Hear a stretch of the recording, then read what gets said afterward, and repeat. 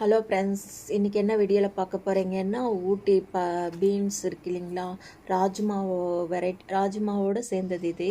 அதை நம்ம இப்போ இன்றைக்கி குழம்பு வைக்க போகிறேன்.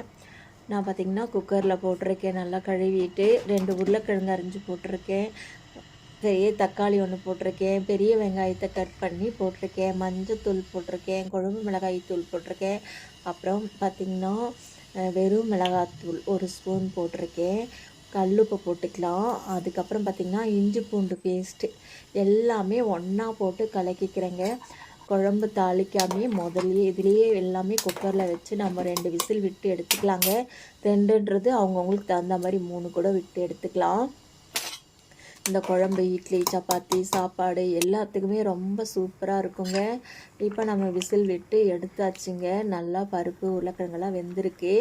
இப்போ 1 முடி தேங்காய் எடுத்து அதில் கசகசா 4-5 முந்திரி எல்லாம் போட்டு நெய்ஸாக அரைச்சிருக்கேங்க. கசகசா, முந்திரி, தேங்காய் எல்லாம் அரைச்சி இப்போ நம்ம குழம்புல கலக்கிக்கலாங்க.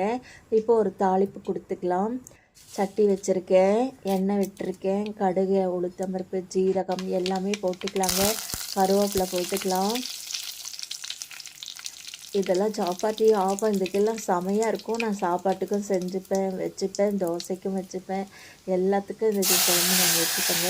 இப்போ தாளிச்ச இந்த இதில் நம்ம குழம்ப மாற்றிக்கலாம். எனக்கு குக்கர் சரியாக இருக்கிறதால நான் வேறு பாத்திரத்தில் தாளித்து கொட்டிக்கிறேன்.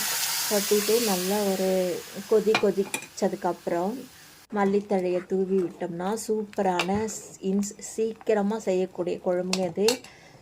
செம்மையாக இருக்கும். கலரும் பாருங்கள், டேஸ்ட்டாக இருக்கும். இந்த வீடியோ பிடிச்சிருந்தால் லைக் பண்ணுங்கள், ஷேர் பண்ணுங்கள், என்னோடய சேனல் சப்ஸ்கிரைப் பண்ணுங்கள். பாய்.